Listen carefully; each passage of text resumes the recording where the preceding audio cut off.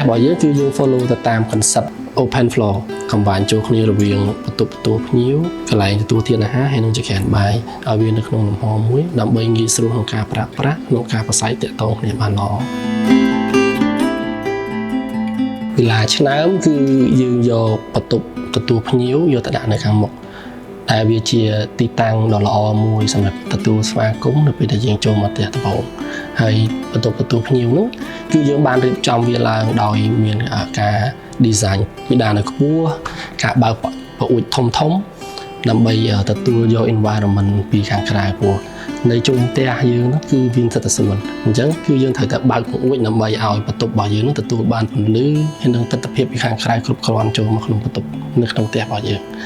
ងគឺយើង follow ទៅតាម concept open floor អញ្ចឹងយើងអត់ត្រូវការចាំបាច់ត្រូវមានជាងច្រើននៅខាងក្នុងហ្នឹងគឺយើងដកជាងមួយចំនួនចាញ់ដើម្បីឲ្យ function មួយហ្នឹងគឺវាស្ថិតនៅក្នុងលំហរួមមួយដូចជាការកំបាញ់ចូលគ្នារវាងបន្ទប់ទទួលភ្ញៀវ